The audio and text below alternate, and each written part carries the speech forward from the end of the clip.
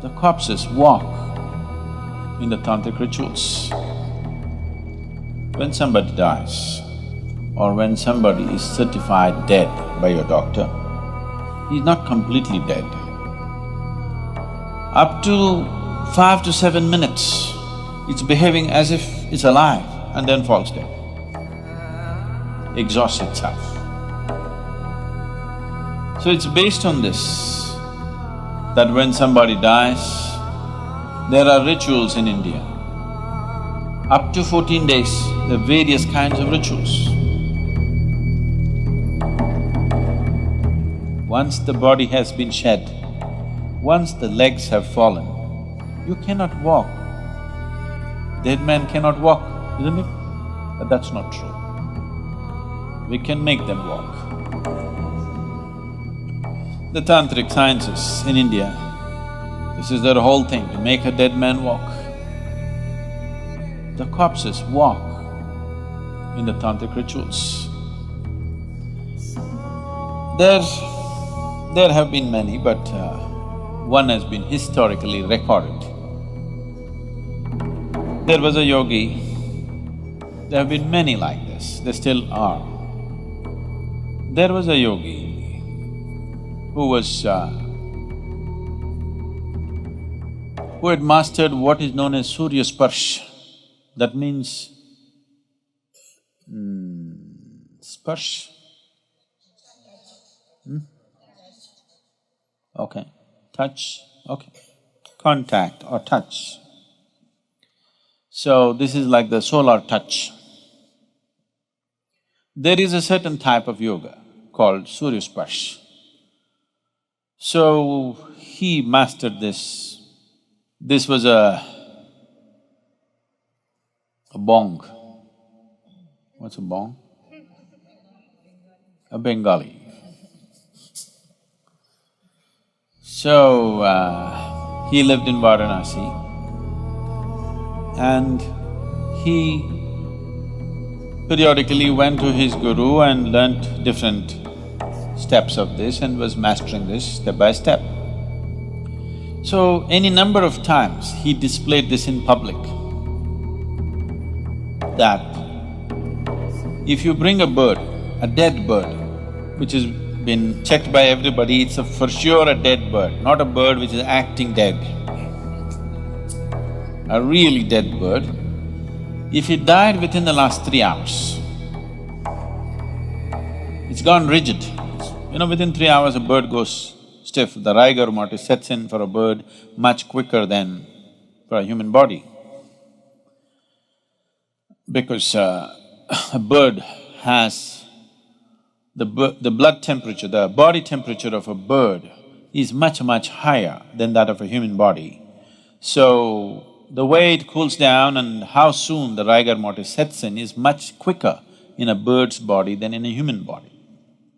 So, 3 hours after the bird is dead, if you brought a bird to him with a simple magnifying glass,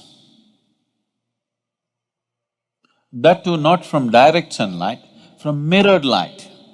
If you stand outside and mirror the sunlight inside, using that light through a magnifying glass, he would make the bird come alive. It would chirp, it would sit up, it would walk and it would fly. It would fly around for some time and then collapse and die again. So when people said, why can't you make it live? He said, this is all I know. My guru can make this happen. I am still learning, but he was already close to 70 years of age at that time. To his misfortune, it so happened, a 7-year-old boy of the local Islamic conquest had already happened. A Muslim king's son, who was 7 years of age, died of some unexplained fever. So they had heard of this man bringing a bird alive. They came to him and said, come and try, and our king's son. One thing was,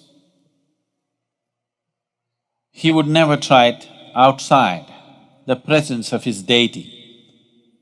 He had a small deity and a shrine. Outside the shrine, he would never try such a thing. He would practice it only in the shrine. He said, I will not do such things outside the view of my deity. They have no value for the deity because according to them it's idolatry. It's an energy form that he's created and with that he works. They said, this deity, God damn it, we'll take it. We'll take it to the palace. He said, no, it cannot be moved. He said, it can be moved. And they just picked it up. He cried, don't do this. And when they picked it up and this was happening, they were trying to drag him, he said, I'm not going to come. I will not do it.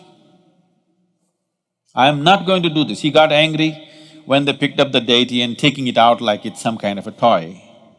He said, I'm not going to bring your king's son to life. Even if I could, I cannot, but even if I could, I will not do it.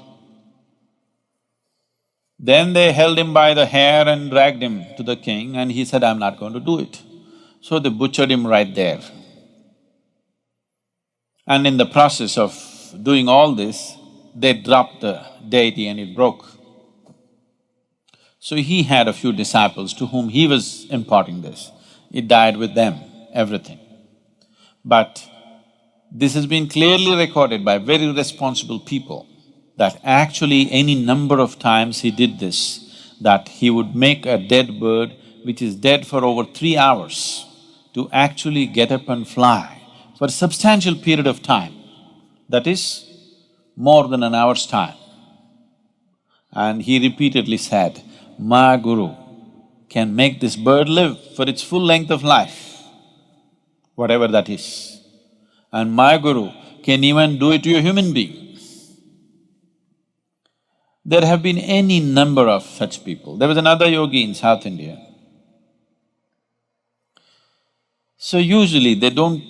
This is a kind of a fringe yogi, this bird yogi. This is a fringe yogi, this is not the mainstream. This is a mainstream yogi. So people were coming to him for blessings and things were happening around him so much. He lived in Karnataka, in south-western Karnataka or south… somewhere near Kollegal. And people were gathering around him. One day it so happened, a young boy who died, the parents brought this boy and cried their hearts out. So, he looked at their plight and probably he sensed that the boy need not have died, it's more accidental in nature. So he dipped his finger, there was a lamp like this next to him. It is generally there, almost every yogi who is into certain kind of process will have a lamp burning next to him, an oil lamp. So, he dipped his finger into the oil and put it into the dead boy's mouth. And the boy came alive after some time and became perfectly all right. When somebody dies, or when somebody is certified dead by your doctor, he's not completely dead. Death happens slowly. If you are not already aware of this, where's this lady? She should know, pastor's daughter. Anybody undertaker's son or daughter? Nobody? You may already know, most of you, that after a person dies, up to 11 days for sure, most of the time up to 14 days, fingernails grow, hair grows. You know this? How many of you are already aware of this? Yeah.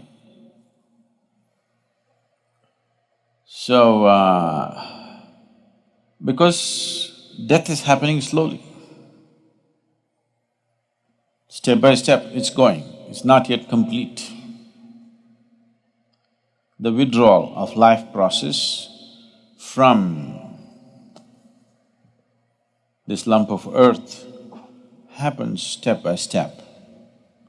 For all practical purposes, when it is immobile, lungs have stopped, heart has stopped, so they'll declare you dead, but not yet.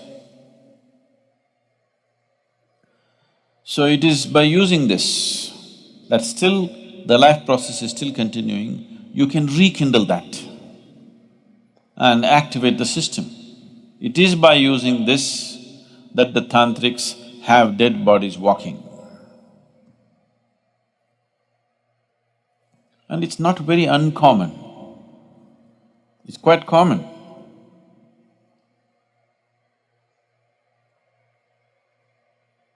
And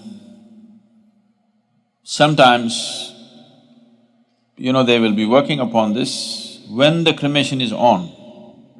There have been many instances, I have not personally seen, but I know people who have no reason to lie about it and they will not. Such people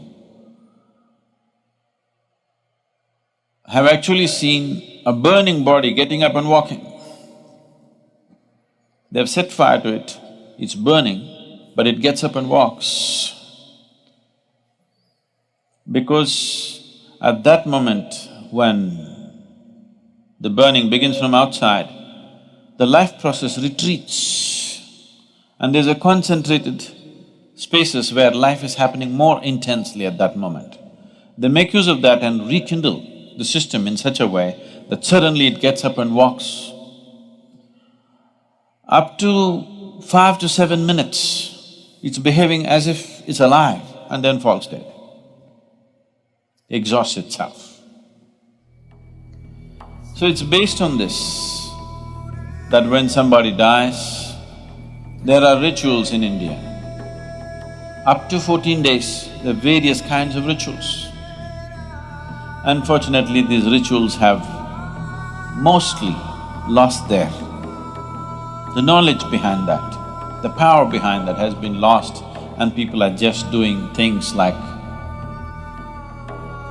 for livelihood somebody is doing it, or just for the sake of doing it, they're doing it. Very few people truly understand the significance of what it is. Because life energies recede slowly, they've gotten so deep into this, every cell in the body, it doesn't just go poof like this. Functionally it may die, but totally it does not die, it dies slowly. So we want to hasten that process. We don't want somebody to die slowly. Dying slowly can be torturous, isn't it? Dying slowly is torturous or no? So it can be torturous. So we want him to leave quickly. After he dies, first thing is to tie the toes together. You know this? You still do it or no? Tie the toes together, because if you do not tie the toes together, from the lower end of the body, it will start imbibing life. It wants to live, because all the cells in the body are not dead.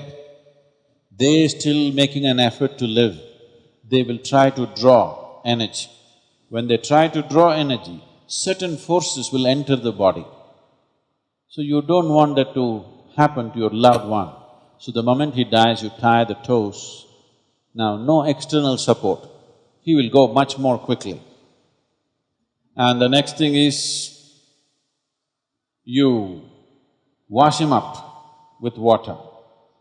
Because when you wash the dead, see, even if you're alive, if somebody tries to give you a bath, they'll pour water on your face, you will feel like you're being waterboarded. When you were a child, when your mother gave baths to you, because we never used showers and things, they poured water, she always held it like this for you, so that the water doesn't come here and you don't feel waterboarded.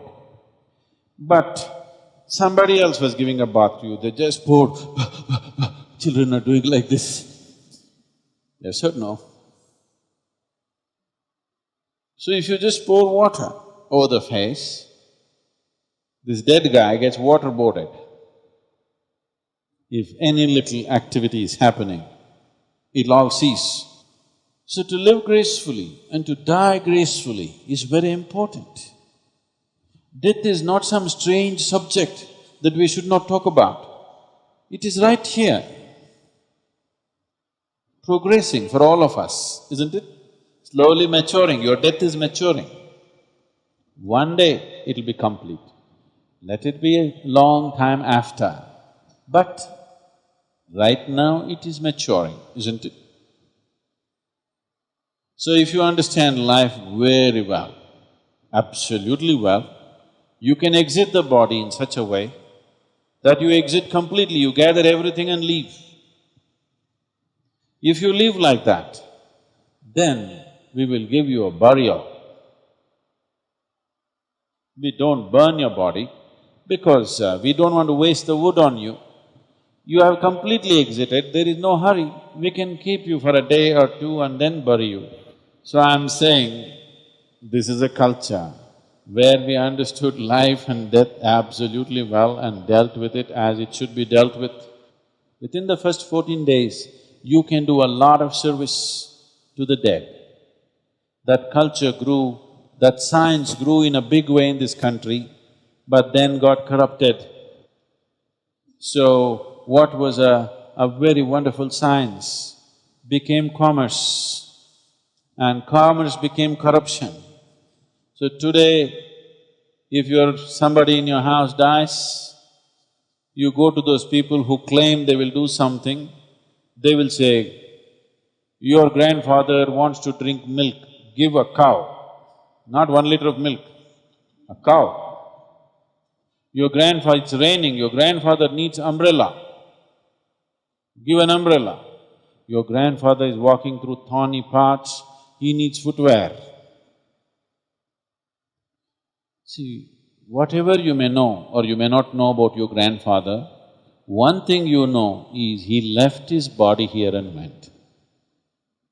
Once he's left his body here, umbrella, clothing, footwear, not okay. Yes? But unfortunately, it's become like this. So we are right now in the process of training people to do this kind of services, but you should never make it your profession. Just as a service, if you are willing to offer, we can train you to do these things properly, and it's a very important thing to do in life. It's a very important aspect. When somebody has lost his body, he is completely helpless. He needs help, and he can be helped, but not with contaminated, corrupt hands. Somebody who cares, somebody who has the necessary sense about it. If you want to go through something like that, such trainings, it's available. We're even starting our own cremation places. In Coimbatore, we have Isha Sudugadu. You know this? You don't know. Oh, you know where to die at least now. And if some of you train for this, you can deliver that service, and it's a very significant service. People don't understand the value of it in today's world, the modern world. They don't understand the value of it, but it is extremely valuable to do that.